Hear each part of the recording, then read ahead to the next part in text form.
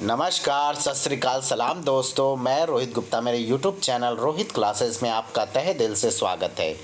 दोस्तों, हम यहाँ आर्य कंपटीशन टाइम्स की पुस्तक वर्ल्ड हिस्ट्री पढ़ रहे थे, जिसमें आज हमारा चैप्टर नंबर 26 संयुक्त राष्ट्र संघ हम लोग पढ़ने जा रहे हैं। तो वीडियो को स्टार्ट करने से पहले आप सभी लोगों से अनुरोध है कि जो लोग इस वीडियो को देख रहे हैं वो प्लीज़ वीडियो को लाइक कर दीजिए। चैनल को अब तक जिन्होंने सब्सक्राइब नहीं किया है दोस्तों, वो प्लीज़ चैनल को सब्सक्राइब करके बेल आइकन प्रेस कर दीजिए, ताकि आने वाली वीडियोज़ आपको सही टाइम पर प्राप्त हो सके।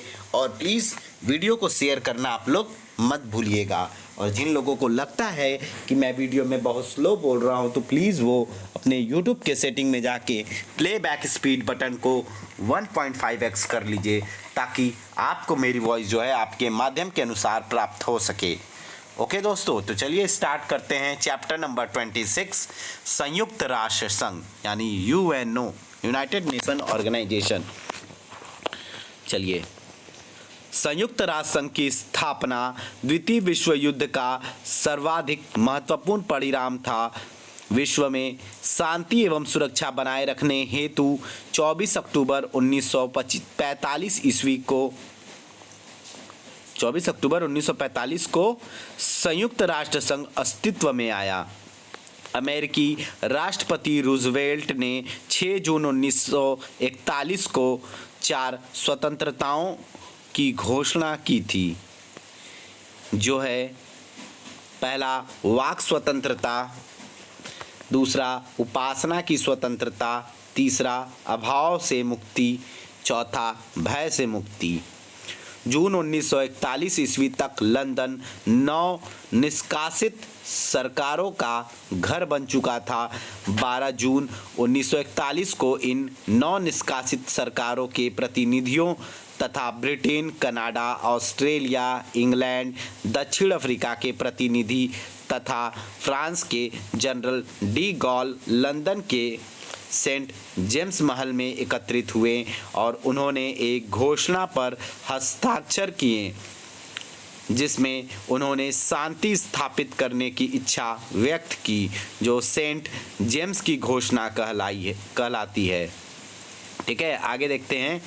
अटलांटिक घोषणा 14 अगस्त 1941 को विंस्टन चर्चिल तथा फ्रैंकलिन डी रूजवेल्ट ने संयुक्त रूप से की थी। अगस्त 1941 में ब्रिटिश प्रधानमंत्री विंस्टन चर्चिल ने ब्रिटिश युद्धपोत HMS प्रिंस ऑफ वेल्स के साथ उत्तरी अटलांटिक महासागर स्थित प्लेसेटिया की खाड़ी में प्रवेश किया, जहां अमेरिकी राष्ट्रपति फ्रैंकलिन डी रूजवेल्ट अमेरिकी भारी क्रूजर USS ऑगस्टा ने उनका इंतजार कर रहे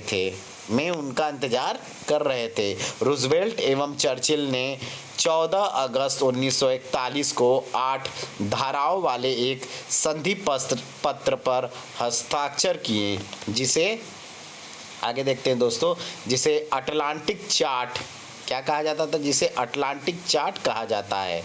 ठीक है, आगे देखते हैं दोस्तों। चलिए, इसमें मुख्य रूप से निरस्त्रीकरण, लोकतंत्र की प्रतिष्ठा एवं राष्ट्रों के बीच सहयोग आदि बातों पर बल दिया गया है। जनवरी 1942 ईस्वी के संयुक्त राष्ट्र घोषणा पत्र पर 26 राष्ट्रों के प्रतिनिधियों ने वाशिंगटन में हस्ताक्षर किए, जहां अटलांटिक चार्टर के सिद्धांतों को स्वीकारा गया।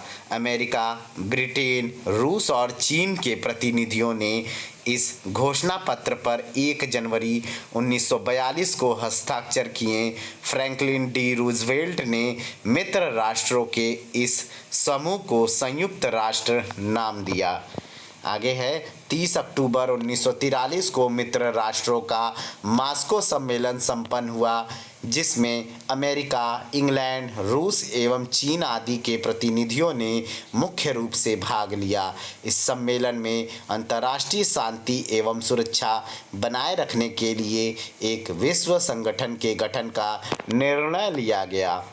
नवंबर दिसंबर 1943 में तेहरान सम्मेलन में चर्चिल, रूजवेल्ट एवं स्टालिन मिले। 1 दिसंबर 1943 को उन्होंने एक घोषणा पर हस्ताक्षर किए। इस सम्मेलन में निर्णय लिया गया कि मित्र राष्ट्रों द्वारा दूसरा मोर्चा शुरू करते ही सोवियत संघ जर्मनी पर जोरदार आक्रमण करेगा। जुलाई 1944 में आयोजित ब्रेटन वुड्स अमेरिका सम्मेलन में विश्व के दो अहम आर्थिक संगठनों विश्व बैंक और अंतर्राष्ट्रीय मुद्रा संघ यानी IMF इंटरनेशनल मॉनेटरी फंड का जन्म हुआ। अंतर्राष्ट्रीय पुनर्निर्माण एवं विकास बैंक और अंतर्राष्ट्रीय मुद्रा कोष को ब्रेटन वुड्स संस्थान या ब्रेटन वुड्स की जुड़वा संतान कहा जाता है। 21 अगस्त से 7 अक्टूबर 1944 में आयोजित डम्बार्टन ऑक्स वाशिंगटन अमेरिका सम्मेलन में अमेरिका, सोवियत संघ, इंग्लैंड एवं चीन के प्रतिनिधियों ने भाग लिया, जहां अंतर्राष्ट्रीय संगठन की रूपरेखा पर विचार विमर्श हुआ। इस सम्मेलन में संयुक्त राष्ट्र के प्रमुख अंगों महासभा, सुरक्षा परिषद, सचिवालय एवं अंतर्राष्ट्रीय न्यायालय के संबंध में निर्णय लिया गया। सुरक्षा परिषद के सदस्यों को वीटो का अधिकार प्रदान करने संबंधी विषय सर्वाधिक विवादास्पद विषय रहा। ब्रिटेन, रूस, अमेरिका एवं चीन ने भावी अंतर्राष्ट्रीय संगठन का नाम संयुक्त राष्ट्र रखने पर अपनी सहमति प्रदान की। 5 से 11 फरवरी 1945 तक आयोजित याल्टा यानी क्रीमिया सोवियत संघ सम्मेलन में रूजवेल्ट, चर्चिल एवं स्टालिन ने भाग लिया। इस सम्मेलन में सुरक्षा परिषद की मतदान पद्धति पर निर्णय लिया गया। 5 महाशक्तियों को सुरक्षा परिषद में स्थायी सदस्यता देना इस सम्मेलन का महत्वपूर्ण विषय रहा। 25 अप्रैल से 26 जून 1945 तक आयोजित सैन फ्रांसिस्को अमेरिका सम्मेलन में 51 राष्ट्रों के प्रतिनिधियों ने भाग लिया।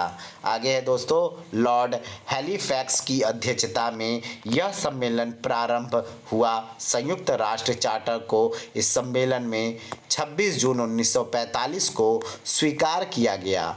आगे है दोस्तों, सैन फ्रांसिस्को सम्मेलन में तैयार संयुक्त, आगे देखते हैं,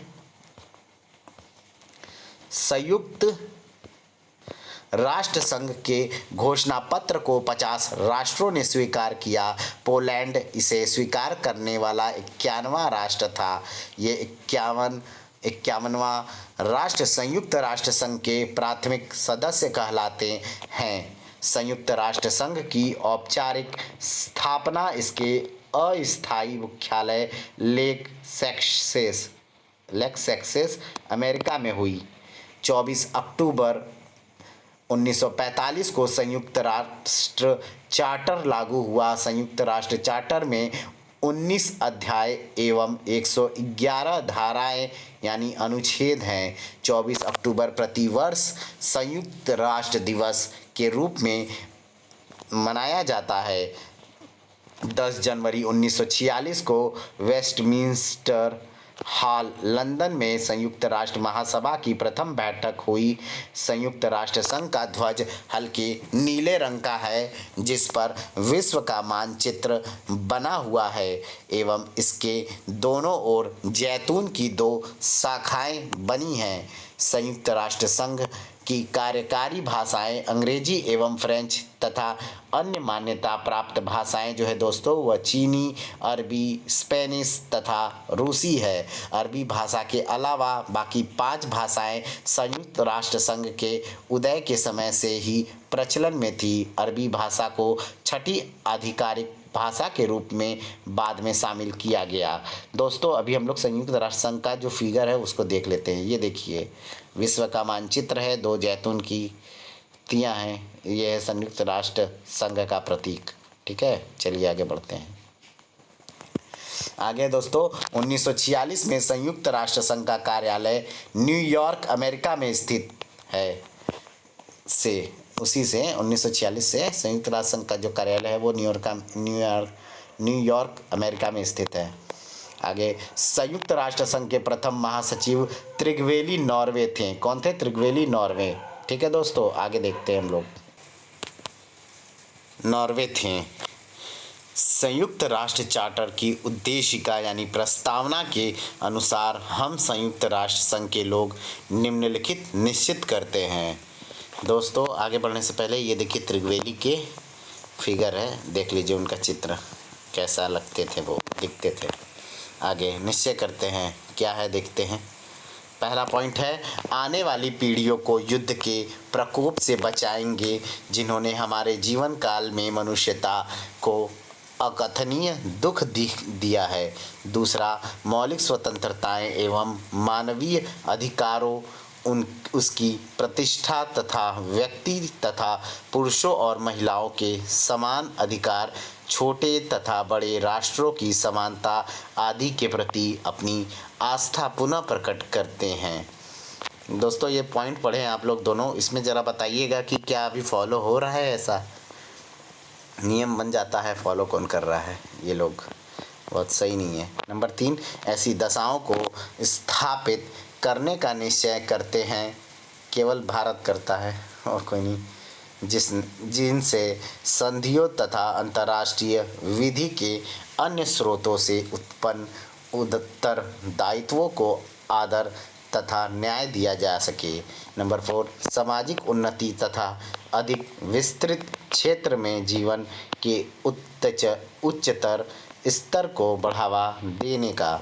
नंबर आगे है दोस्तों, सामूहिक व्यवस्था द्वारा अंतर्राष्ट्रीय शांति एवं सुरक्षा स्थापित करना और आक्रामक प्रवृत्तियों को नियंत्रण में रखना, अंतर्राष्ट्रीय झगड़ों एवं मतभेदों का शांतिपूर्ण तरीके से निपटारा करना, राष्ट्रों के मध्य मैत्रीपूर्ण संबंधों की स्थापना करना, विश्व में वंश, लिंग, जाति एवं धर्म आदि के आधार पर प्रचलित भेदभावों को मिटाना, उपनिवेशवाद विघटन की प्रक्रिया को गति देना, सामाजिक, आर्थिक, सांस्कृतिक एवं मानवीय क्षेत्रों में अंतर्राष्ट्रीय सहयोग को प्रोत्साहित एवं पुष्ट करना आदि संयुक्त राष्ट्र संघ के मुख्य उद्देश्य हैं। इस संयुक्त राष्ट्र संघ के उद्देश्यों का उल्लेख संयुक्त राष्ट्र चार्टर के अनुच्छेद 1 में है। संयुक्त राष्ट्र चार्टर के अनुच्छेद 2 में इसके सिद्धांतों का उल्लेख है। इन्हीं सिद्धांतों का पालन करते हुए यह अपने उद्देश्यों की पूर्ति हेतु कार्यरत रहता है। संप्रभुता एवं संपन्नता नहीं, समानता का सिद्धांत, विवादों को शांतिपूर्ण तरीके से सुलझाने का सिद्धांत, राष्ट्रों की स्वतंत्रता एवं प्रादेशिक अखंडता का अतिक्रमण न करने का सिद्धांत, देशों के आंतरिक मामलों में हस्तक्षेप का सिद्धांत, विश्व शांति स्थापना हेतु सामूहिक सुरक्षा प्रणाली का पालन करने संबंधी सिद्धांत, सभी राष्ट्रों द्वारा संयुक्त राष्ट्र संघ के उद्देश्यों के प्रतिकूल कोई कार्य नहीं करने का सिद्धांत, किसी भी देश द्वारा चार्टर के प्रतिकूल काम करने वाले देश की सहायता नहीं करने का सिद्धांत आदि संयुक्त राष्ट्र संघ के प्रमुख सिद्धांत हैं। संयुक्त राष्ट्र संघ इसका सदस्य न बनने वाला राज्यों से भी अंतर्राष्ट्रीय शांति और सुरक्षा बनाए रखने वाले सिद्धांत का पालन कराएगा। आगे, संयुक्त राष्ट्र संघ के चार्टर के अध्याय 2 के अनुच्छेद 3 से अनुच्छेद 6 तक में सदस्यता संबंधी प्रावधानों का उल्लेख है। संयुक्त राष्ट्र चार्टर में 2 प्रकार की सदस्यता का उल्लेख है। पहला, कुछ देश तो प्रारंभिक सदस्य हैं जिन्होंने 1 जनवरी 1942 को संयुक्त राष्ट्र के घोषणा पत्र पर हस्ताक्षर किए थे या सैन फ्रांसिस्को में चार्टर पर हस्ताक्षर करके उसकी पुष्टि की थी। दूसरा, संयुक्त राष्ट्र की सदस्यता उन सभी राष्ट्रों को भी उपलब्ध हो सकती है जो शांति प्रिय हो एवं चार्टर में विश्वास रखते हों, जो चार्टर द्वारा निर्धारित कर्तव्यों को स्वीकार करते हों एवं जिनको यह संस्था इन कर्तव्यों का पालन करने के उपयुक्त समझती है। सुरक्षा परिषद की सहमति पर किसी राज्य को महासभा अपने 2/3 बहुमत से संयुक्त राष्ट्र का सदस्य बना सकती है। सुरक्षा परिषद की सहमति में 5 स्थायी सदस्यों सहित 9 सदस्यों की सहमति आवश्यक है। महासभा में निर्णय के पूर्व सुरक्षा परिषद की स्वीकृति आवश्यक होती है, अर्थात सुरक्षा परिषद की सिफारिश पर ही महासभा किसी राज्य को सदस्यता प्रदान कर सकती है। सुरक्षा परिषद की रिपोर्ट पर सदस्य देशों को महासभा से निलंबित भी किया जा सकता है।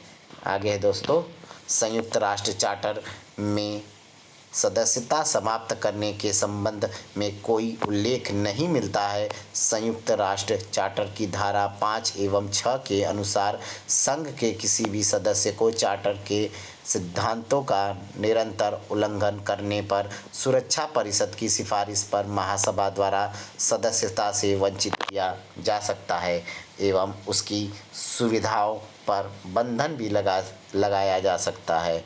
सुरक्षा परिषद को किसी भी निलंबित राष्ट्र को पुनः स्थापित करने का अधिकार प्राप्त है। संयुक्त राष्ट्र संघ की सदस्यता के प्रत्याहार के संबंध में चार्टर मौन है। यह सदस्यों की सदस्यता के प्रत्याहार करने की ना तो आज्ञा देता है और ना मना ही करता है।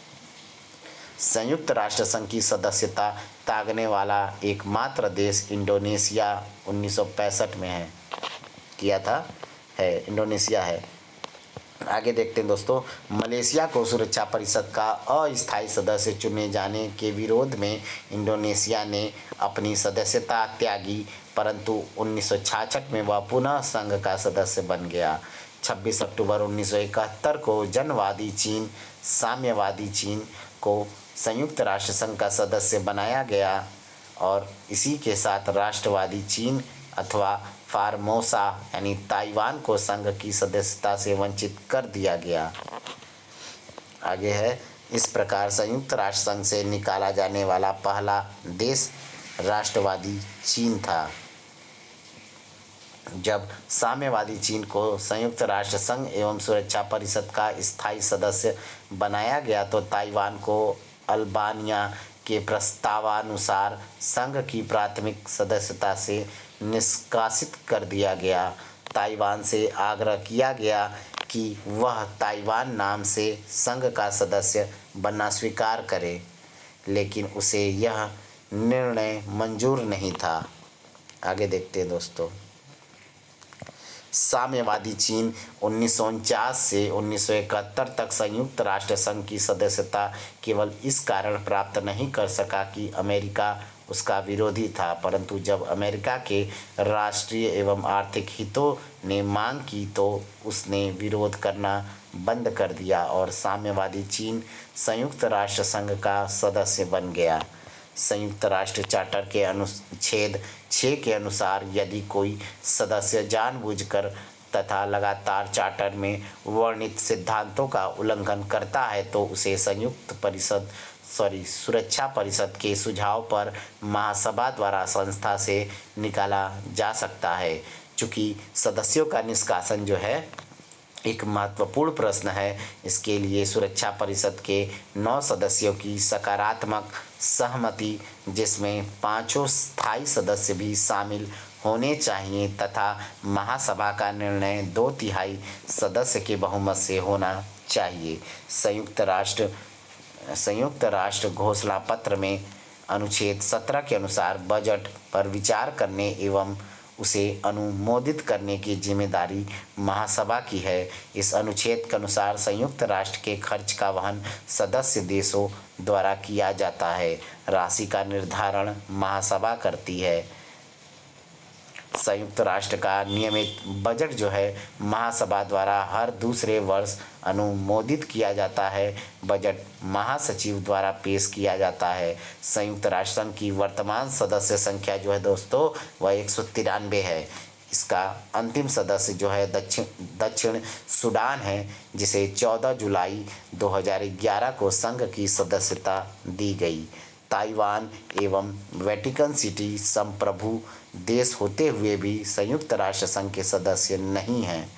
संयुक्त राष्ट्र संघ के 6 अंग हैं, जिनका उल्लेख संघ के चार्टर के अध्याय 3 के अनुच्छेद 7 के अंतर्गत किया गया है। पहला महासभा द जनरल असेंबली, दूसरा सुरक्षा परिषद द सिक्योरिटी काउंसिल, तीसरा आर्थिक एवं सामाजिक परिषद the economic and social council, चौथा न्यास परिषद द ट्रस्टीशिप काउंसिल, पांचवा है सचिवालय द सेक्रेटेरिएट, छठवां न्याय एवं अंतर्राष्ट्रीय न्यायालय the international court of justice.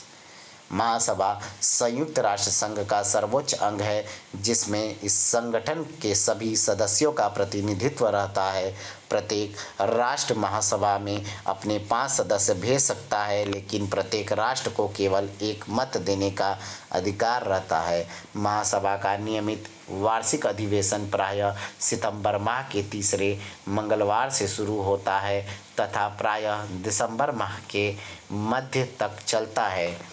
साधारण वार्षिक अधिवेशन के अतिरिक्त यदि महासभा के सदस्य बहुमत से अधिवेशन की मांग करें या सुरक्षा परिषद चाहे तो संयुक्त राष्ट्र संघ के महासचिव 15 दिन के अंदर महासभा की बैठक बुला सकते हैं। विशेष अवस्था में सुरक्षा परिषद के 9 सदस्यों के अनुरोध पर 24 घंटे की सूचना पर विशेष अधिवेशन बुलाया जा सकता है। साधारण विषयों पर महासभा के निर्णय सामान्य बहुमत से तथा विशेष विषयों पर 2/3 बहुमत से होता है।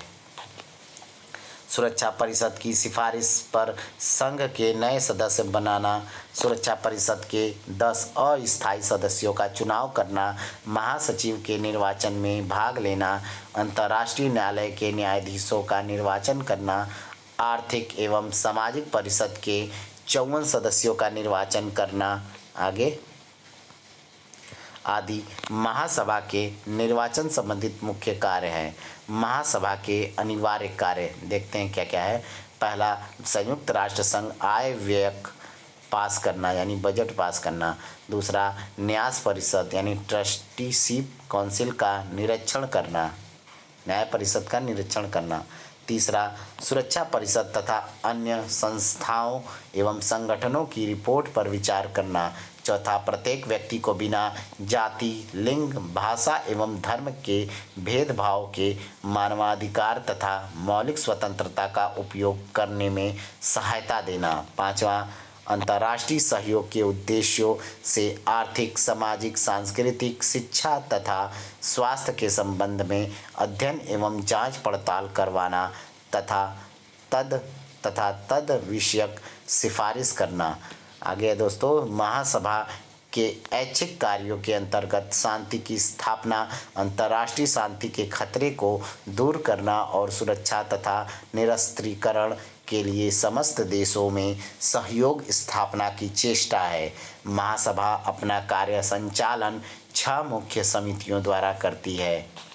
1950 के कोरिया युद्ध के समय जब सोवियत संघ के वीटो के प्रयोग के कारण उत्तरी कोरिया के खिलाफ कोई भी कार्यवाही करना असंभव हो गया, तो महासभा ने 3 नवंबर 1950 को रिसोल्यूशन 377A-5 या शांति के लिए एकता प्रस्ताव स्वीकार किया। इस प्रस्ताव के फलस्वरूप महासभा को सामूहिक कार्यवाही एवं सेना का उपयोग करने की सिफारिश का अधिकार मिल गया। विश्व शांति एवं सुरक्षा स्थापित करने में सुरक्षा परिषद की असमर्थता के 24 घंटे के भीतर ही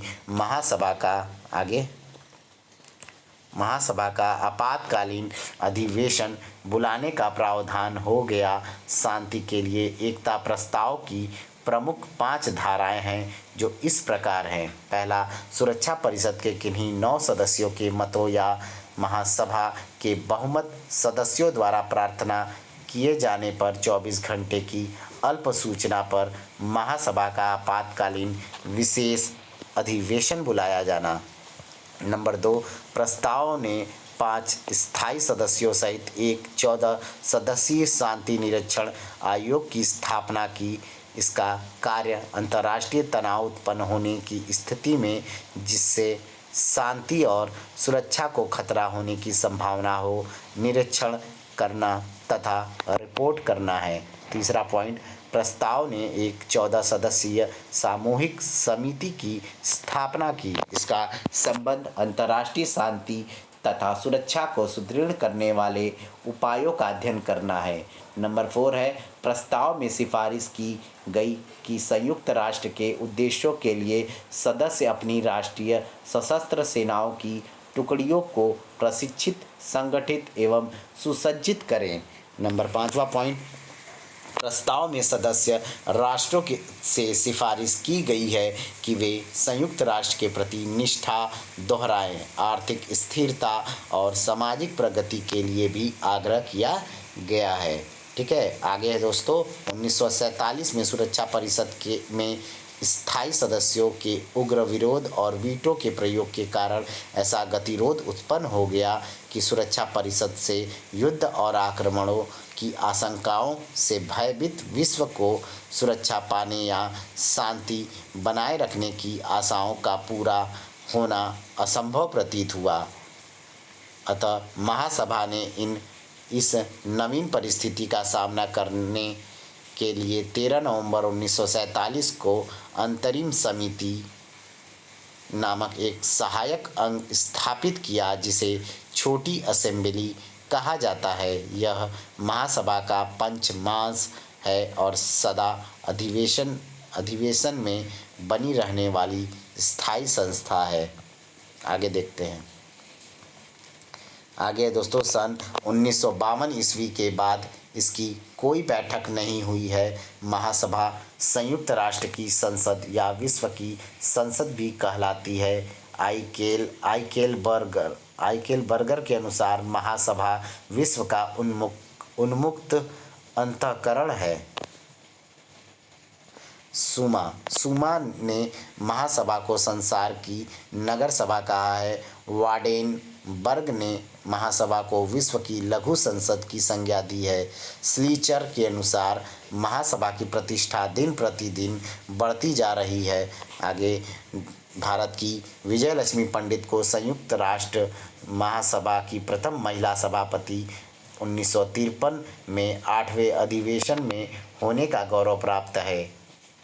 सुरक्षा परिषद संयुक्त राष्ट्र संघ का सबसे महत्वपूर्ण अंग है जिसका सर्वप्रमुख दायित्व अंतर्राष्ट्रीय शांति एवं सुरक्षा बनाए रखना है। राजनीतिक विषयों में सुरक्षा परिषद संयुक्त राष्ट्र संघ का कार्यपालकीय अंग है।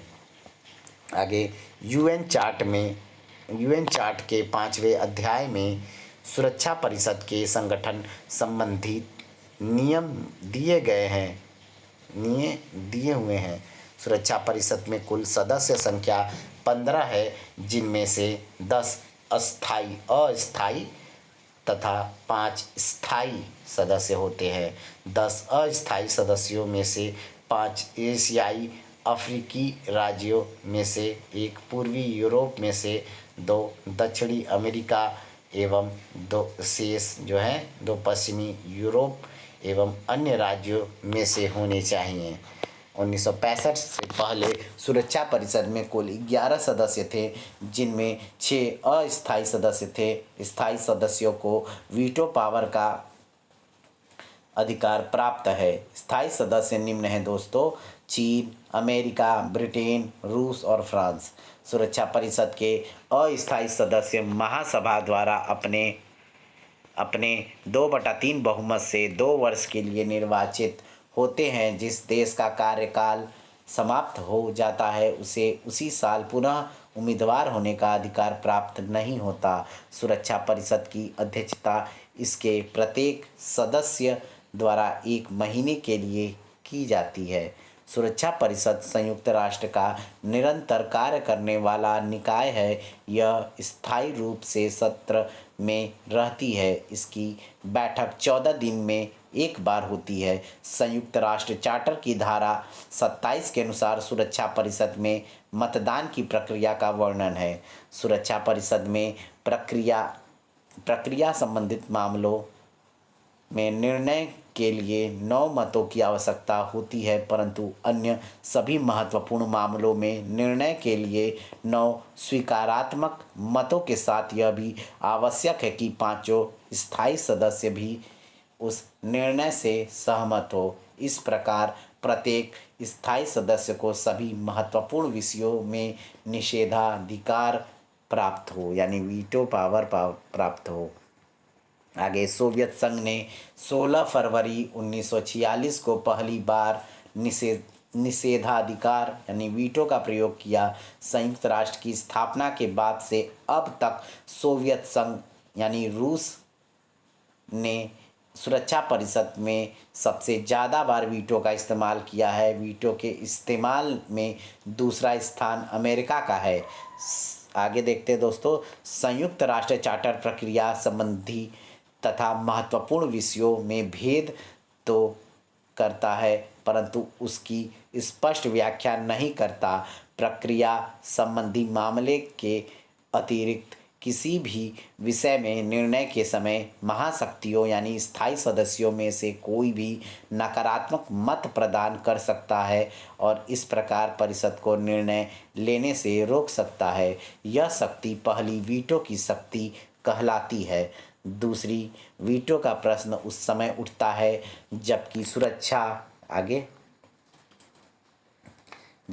सुरक्षा परिषद को यह तय करना होता है कि कोई विषय प्रक्रिया संबंधी है या नहीं। चूँकि यह प्रश्न कि कोई विषय प्रक्रिया संबंधी है अथवा नहीं एक कार्य विधिक प्रश्न नहीं है, अतः इस पर निर्णय लेते समय 9 सदस्यों के मतों में 5 स्थायी सदस्यों के मत भी सम्मिलित होते हैं। इस प्रश्न के निर्धारण में स्थायी सदस्य दूसरे वीटो का प्रयोग कर सकते हैं। आगे है दोस्तों, भारत को 1 जनवरी 2021 से 31 दिसंबर 2022 तक की अवधि के लिए सुरक्षा परिषद की अस्थायी सदस्यता 8वीं बार मिली थी। भारत के 8 कार्यकाल क्रमशः 1950 से 51, 1967 से 68, 1972 से 73, 1977 से 1978, 1984 से 1985, 1991 से 1992, 2011 से 2012, 2021 से 2022 है। ठीक है, आगे देखते हैं। 1 जनवरी 2021 से 31 दिसंबर 2022 की अवधि के लिए संयुक्त राष्ट्र सुरक्षा परिषद की अस्थायी सदस्यता हेतु निम्न 5 देशों का चुनाव हुआ था: भारत, आयरलैंड, केन्या, मैक्सिको तथा नॉर्वे। 1 जनवरी 2022 से 31 दिसंबर 2023 की अवधि के लिए संयुक्त राष्ट्र सुरक्षा परिषद की अस्थायी सदस्यता हेतु निम्न 5 देशों का चुनाव हुआ था: ब्राज़ील, संयुक्त अरब अमीरात, अल्बानिया, गैबान तथा घाना। ठीक है, आगे नए राष्ट्रों को संयुक्त राष्ट्र की सदस्यता प्रदान करना, महासचिव का चयन, अंतर्राष्ट्रीय न्यायालय के न्यायाधीशों की नियुक्ति आदि सभी ऐसे कार्य जो वह महासभा से मिलकर करती हैं बाध्यकारी प्रभाव रखते हैं। जहाँ तक शांति एवं सुरक्षा संबंधित निर्णयों को लागू करने का प्रश्न है, केवल सुरक्षा परिषद ही शांति भंग करने वाले के विरुद्ध कठोर कार्यवाही कर सकती है। आगे है, नए सदस्यों को सदस्यता प्रदान करने के क्षेत्र में सुरक्षा परिषद को महासभा की अपेक्षा अधिक निर्णयात्मक अधिकार प्राप्त है।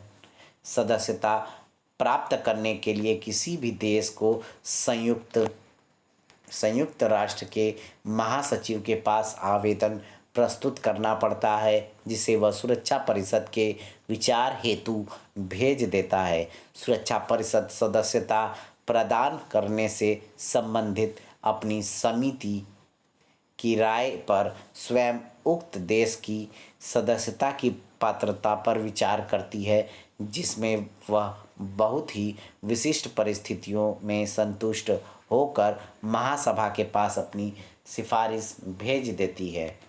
आगे है, सुरक्षा परिषद की उक्त सिफारिश उसके सभी स्थायी सदस्यों की सहमति पर भी आधारित है।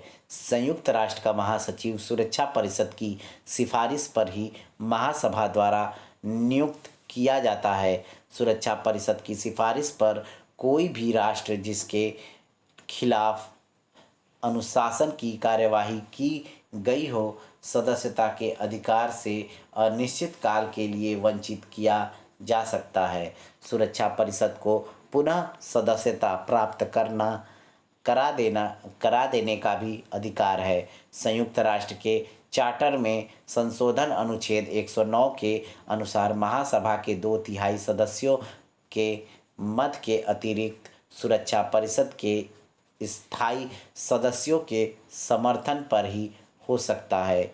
आगे, पामर एवं पार्किस ने सुरक्षा परिषद को संयुक्त राष्ट्र संघ की कुंजी एच डॉक्टर ने संयुक्त राष्ट्र संघ की प्रवर्तन भुजा तथा डेविड कुशमैन ने दुनिया का पुलिसमैन कहा है। सुरक्षा परिषद संयुक्त राष्ट्र संघ का हृदय तथा संयुक्त राष्ट्र संघ का पुलिस स्टेशन है। आर्थिक एवं सामाजिक परिषद की प्रारंभिक सदस्य संख्या 18 थी, जिसे 1965 से 66 ईस्वी में बढ़ाकर 27 किया गया। 1973 से 74 ईस्वी में इसकी सदस्य संख्या 54 कर दी गई। यह एक स्थायी संस्था है। इसके सदस्य महासभा द्वारा अपने 2/3 बहुमत से 3 वर्ष के लिए चुने जाते हैं। प्रति वर्ष इसके कुल सदस्यों में से 1/3 की जगह नए सदस्यों का चुनाव होता है। अवकाश ग्रहण करने वाला सदस्य तुरंत पुनः निर्वाचित हो सकता है। इसका सभापति अपने सदस्यों में से ही कोई व्यक्ति 1 वर्ष के लिए चुना जाता है। इसकी बैठकें वर्ष में 2 बार होती हैं। इसके सत्रों का बारी बारी से न्यूयॉर्क एवं जनेवा में आयोजित होता है। आर्थिक एवं सामाजिक परिषद के प्रत्येक सदस्य को केवल 1 मत देने का अधिकार होता है। इसमें निर्णय उपस्थित एवं मतदान में भाग लेने वाले सदस्यों के साधारण बहुमत द्वारा लिए जाते हैं। संयुक्त राष्ट्र चार्टर का 8वां अध्याय न्यास परिषद के संबंध में विचार करता है। चार्टर के अनुच्छेद 75 के अनुसार संयुक्त राष्ट्र अपने अधिकार क्षेत्र के अंतर्गत न्यास प्रदेशों के प्रशासन और नियंत्रण के लिए एक अंतर्राष्ट्रीय न्यास व्यवस्था स्थापित करेगा, जो समझौतों द्वारा संपादित होगी। आगे है दोस्तों, न्याय परिषद उन पिछड़े हुए स्वशासन रहित क्षेत्रों के विकास हेतु कार्य करती है जिनका दायित्व संयुक्त राष्ट्र संघ पर था। ऐसी ही व्यवस्था राष्ट्र संघ की मैंडेट प्रणाली के अधीन भी थी। वर्तमान में संयुक्त राष्ट्र संघ के अधीन कोई ऐसा क्षेत्र नहीं है जिसका कार्य न्यास या संरक्षण परिषद देखती हो। नवंबर 1994 ईस्वी में सुरक्षा परिषद ने 11 न्यासिता क्षेत्रों में से अंतिम क्षेत्र के साथ न्यासिता संबंधी समझौते को समाप्त कर दिया, जिसके अंतर्गत अमेरिका द्वारा प्रशासित प्रशांत द्वीप यानी पलाऊ का न्यासिता क्षेत्र उससे अलग हो गया। पलाऊ के स्वतंत्र होने के साथ ही न्यास परिषद का कार्य लगभग समाप्त हो गया। ठीक है, आगे देखते हैं दोस्तों। आगे है सचिवालय संयुक्त राष्ट्र संघ का प्रशासनिक अंग है जो इसके कार्यक्रमों एवं नीतियों को लागू करता है। सचिवालय संयुक्त राष्ट्र का एक वृहद प्रशासनिक तंत्र है जिसे 8 विभागों में संगठित किया गया है। सचिवालय महासचिव के अधीन कार्य करता है। महासचिव संघ का मुख्य प्रशासकीय अधिकारी होता है। संघ के उप महासचिव की नियुक्ति महासचिव द्वारा की जाती है। महासचिव की नियुक्ति सुरक्षा परिषद की सिफारिश पर महासभा द्वारा अपने 2/3 बहुमत से 5 वर्ष के लिए की जाती है। महासचिव को संयुक्त राष्ट्र संघ का चौकीदार भी कहा जाता है। संयुक्त राष्ट्र सचिवालय न्यूयॉर्क अमेरिका में स्थित है। संयुक्त राष्ट्र संघ के वर्तमान महासचिव पुर्तगाल के दोस्तों एंटोनियो गुटेरेस हैं जिन्होंने 1 जनवरी 2017 को पदभार संभाला था। 1 जनवरी 2022 से उनका दूसरा कार्यकाल शुरू हो गया। आगे एशिया महाद्वीप से निर्वाचित पहले महासचिव बर्मा म्यांमार निवासी यू थॉट थे। संयुक्त राष्ट्र संघ यूएनओ के महासचिव जो थे पहले त्रिगवेली नॉर्वे थे, वो प्रथम महासचिव थे त्रिगवेली नॉर्वे के। और दूसरा डॉग हैमरशोल्ड जो कि स्वीडन के थे। 1961 में कॉन्गो गृह युद्ध में मध्यस्थ की भूमिका अदा करने गए उसी समय हवाई दुर्घटना में उनकी मृत्यु हो गई। आगे देखते हैं दोस्तों। आगे हैं मरणोपरांत इन्हें सन 1961 में नोबेल शांति पुरस्कार से सम्मानित किया गया। नंबर 3 यू थॉट म्यांमार के थे। प्रथम एशियाई महासचिव, अब तक सर्वाधिक लंबे कार्यकाल वाले महासचिव थे। आगे है दोस्तों डॉग हैमरशोल्ड की वायु दुर्घटना में मृत्यु के बाद यू थॉट को कार्यवाहक महासचिव बनाया गया। इसके बाद इन्होंने 2 कार्यकाल निर्वाचित महासचिव के रूप में पूरे किए। इस तरह महासचिव के रूप में यू थॉट का कार्यकाल सबसे लंबा रहा। नंबर 4 दोस्तों कुर्ट वाल्डहीम ऑस्ट्रिया के थे। तीसरे यूरोपीय महासचिव थे। 5वां देखते हैं दोस्तों जेवियर पेरेज द कुइयार, ये पेरू के थे। प्रथम दक्षिण अमेरिकी महासचिव थे। नंबर 6 डॉक्टर बुतरोस घाली मिस्र के थे। प्रथम अफ्रीकी महासचिव थे। नंबर 7वां है दोस्तों कोफी अन्नान, घाना के थे कोफी अन्नान। द्वितीय अफ्रीकन महासचिव को कोफी अन्नान को संयुक्त राष्ट्र संघ के साथ संयुक्त रूप से 2001 का नोबेल शांति पुरस्कार प्राप्त था। 8वां नंबर वान की मून दक्षिण कोरिया के। इनका कार्यकाल 1 जनवरी 2007 से 31 दिसंबर 2016 तक रहा। द्वितीय एशियाई महासचिव थे ये। नंबर 9 एंटोनियो गुटेरेस पुर्तगाल के थे। वर्तमान महासचिव इन्होंने 1 जनवरी 2017 से पदभार ग्रहण किया। संयुक्त राष्ट्र संघ के चार्टर के अनुच्छेद 92 से 96 तक में न्याय के अंतर्राष्ट्रीय न्यायालय का विधान है।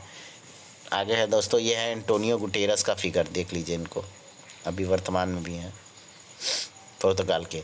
आगे न्याय का अंतर्राष्ट्रीय न्यायालय संयुक्त राष्ट्र का प्रमुख न्यायिक अंग है।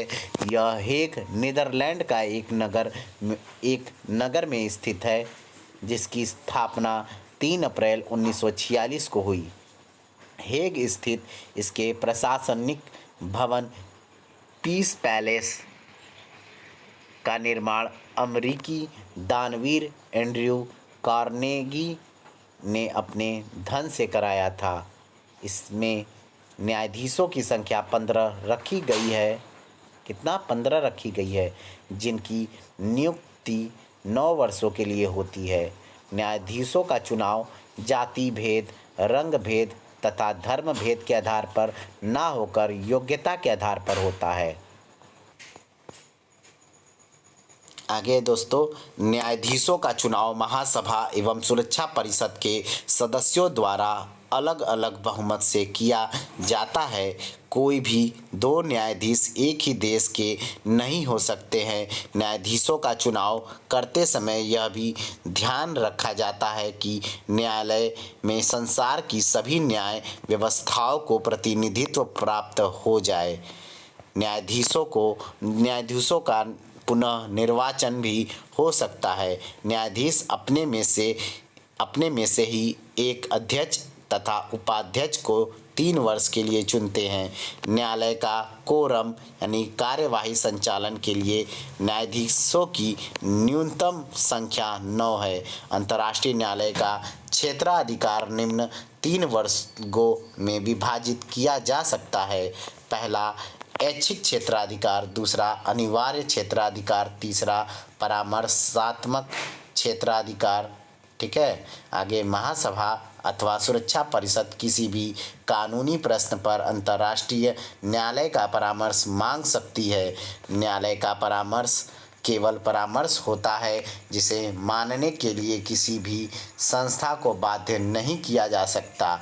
यद्यपि अंतर्राष्ट्रीय न्यायालय के निर्णयों के पीछे कोई बाध्यकारी शक्ति नहीं है, फिर भी जब से इसने जन्म लिया है, इसके द्वारा अनेक अंतर्राष्ट्रीय मामलों को सुलझाया आगे जा चुका है। न्यायालय की सरकारी भाषाएं फ्रेंच तथा अंग्रेजी है। अब तक 4 भारतीय न्यायाधीशों को इस न्यायालय में नियुक्त होने का गौरव हासिल हुआ है। ये है, पहला वेनेगल नरसिंह राव, दूसरा डॉक्टर नगेंद्र सिंह, तीसरा रघुनंदन स्वरूप पाठक, चौथा दलवीर भंडारी। बेनेगल नरसिंह राव भारतीय संविधान के संवैधानिक सलाहकार थे। इन्होंने संयुक्त राष्ट्र सुरक्षा परिषद में 1950 से 1952 तक भारत का प्रतिनिधित्व किया था। ये रिजर्व बैंक के गवर्नर बेनेगल रामाराव के भाई थे। इन्होंने बर्मा म्यांमार के संविधान निर्माण में सहयोग किया था। 1952 से 1953 तक ये न्याय के अंतर्राष्ट्रीय न्यायालय में न्यायाधीश रहे। डॉक्टर नगेंद्र सिंह 1973 से 1988 तक न्याय के अंतर्राष्ट्रीय न्यायालय में न्यायाधीश रहे। आगे है, ये 1976 से 1979 तक उप मुख्य न्यायाधीश तथा 1985 से 1988 तक इस न्यायालय के मुख्य न्यायाधीश रहे हैं। ज्ञातव्य है कि डॉक्टर नगेंद्र सिंह 1 अक्टूबर 1972 से 6 फरवरी 1973 तक मुख्य निर्वाचन आयुक्त भी रहे। आगे, ये मूलतः डूंगरपुर राजस्थान के निवासी थे। रघुनंदन स्वरूप पाठक 1989 ईस्वी से 1991 तक न्याय के अंतर्राष्ट्रीय न्यायालय में न्यायाधीश रहे हैं। जोधपुर राजस्थान में जन्मे दलवीर भंडारी वर्ष 2012 में न्याय के अंतर्राष्ट्रीय न्यायालय में न्यायाधीश बने रहे। आगे देखते हैं दोस्तों, भारत को संयुक्त राष्ट्र संघ की सदस्यता 30 अक्टूबर 1945 को प्रदान की गई। संयुक्त राष्ट्र संघ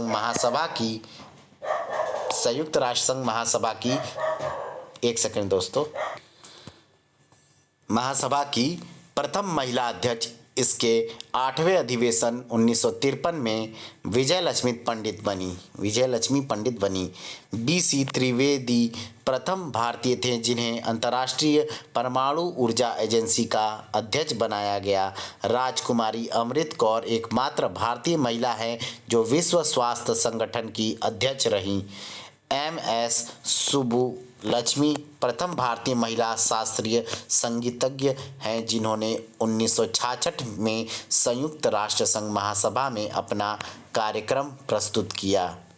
आगे है, 10 दिसंबर 1948 को संयुक्त राष्ट्र संघ की महासभा द्वारा मानवाधिकारों की घोषणा की गई। आगे है मानवाधिकार दिवस भी मनाते हैं आगे 10 दिसंबर को। इसी कारण प्रति वर्ष 10 दिसंबर को मानवाधिकार दिवस मनाया जाता है। अपनी स्थापना से लेकर अब तक संयुक्त राष्ट्र संघ की अनेक उपलब्धियां रही हैं, लेकिन इसी दौरान उसे कई समस्याओं का सामना भी करना पड़ा है और उन समस्याओं से निपटने में वह पूर्ण सफल भी नहीं रहा है। स्थायी सदस्यों के लिए निषेधाधिकार यानी वीटो पावर की व्यवस्था 90 के दशक तक साम्यवादी एवं पूंजीवादी गुट में चलने वाले शीत युद्ध संयुक्त राष्ट्र संघ के पास अपने कार्यक्रमों को लागू करने हेतु धन की कमी, संयुक्त राष्ट्र के पास अपनी स्थायी सेना का अभाव, सुरक्षा परिषद का सीमित आकार आदि मुद्दों ने न केवल इसकी पूर्ण सफलता में विघ्न डाले हैं बल्कि यानी वरन इनमें से बहुत सी समस्याओं का आज भी निराकरण करना बाकी है। अब हम लोग दोस्तों इम्पॉर्टेंट फैक्ट पढ़ेंगे और इसी के संग इस लेसन को समाप्त करेंगे। चलिए 1941 में 14 अगस्त को अटलांटिक घोषणा हुआ। 1944 में ब्रेटन वुड्स अमेरिका सम्मेलन आयोजित हुआ। 1945 में 5 से 11 फरवरी तक याल्टा सम्मेलन आयोजित हुआ। 1945 में 26 जून को सैन फ्रांसिस्को सम्मेलन में संयुक्त राष्ट्र घोषणा पत्र पर हस्ताक्षर किए गए। आगे दोस्तों 1945 में 24 अक्टूबर को संयुक्त राष्ट्र चार्टर लागू हुआ। 1948 में 10 दिसंबर को संयुक्त राष्ट्र संघ महासभा द्वारा मानवाधिकारों की घोषणा हुई। 1950 में दोस्तों 3 नवंबर को शांति के लिए एकता प्रस्ताव पारित हुआ और इस प्रकार से दोस्तों हमारा संयुक्त राष्ट्र संघ समाप्त हुआ। अब दोस्तों हमारा चैप्टर नंबर 27 वो जो कि थोड़ा सा लंबा है बस वही बचा है। उसके पश्चात जो है दोस्तों हम लोगों का ये पूरा जो है वर्ल्ड हिस्ट्री समाप्त हो जाएगा। तो बधाई हो आपको, बहुत जल्द ही कम से कम समय में दोस्तों करीबन 30 क्लासेस में इसको कंप्लीट करा दिया गया। ठीक है, थैंक यू फॉर वॉचिंग। मिलते हैं नेक्स्ट वीडियो में। प्लीज़ आप लोग वीडियो को लाइक कर दीजिएगा। चैनल को अब तक जिन्होंने सब्सक्राइब नहीं किया है दोस्तों वो प्लीज़ चैनल को सब्सक्राइब करके बेल आइकन प्रेस कर लीजिएगा ताकि आने वाली वीडियोस आपको सही टाइम पर मिल सके। और वीडियो को शेयर करना आप लोग मत भूलिएगा दोस्तों। और जल्दी से कमेंट बॉक्स में कमेंट करिएगा कि इस बुक के समाप्त होने पर आप लोग क्या पढ़ना चाहेंगे। क्या आप लोग प्राचीन भारत का इतिहास सौरभ चौबे की बुक को पढ़ना चाहते हैं या प्राचीन भारत के इतिहास एवं संस्कृति के.सी. श्रीवास्तव की बुक पढ़ना चाहते हैं तो कमेंट बॉक्स में मुझे कमेंट करिएगा। हम लोग डिसीज़न लेंगे कि आगे से उसी बुक को प्रारंभ किया जाए। Okay, bye bye, good night, take care. खूब पढ़ते रहिए दोस्तों, खूब बढ़ते रहिए। लव यू दोस्तों, बाय बाय।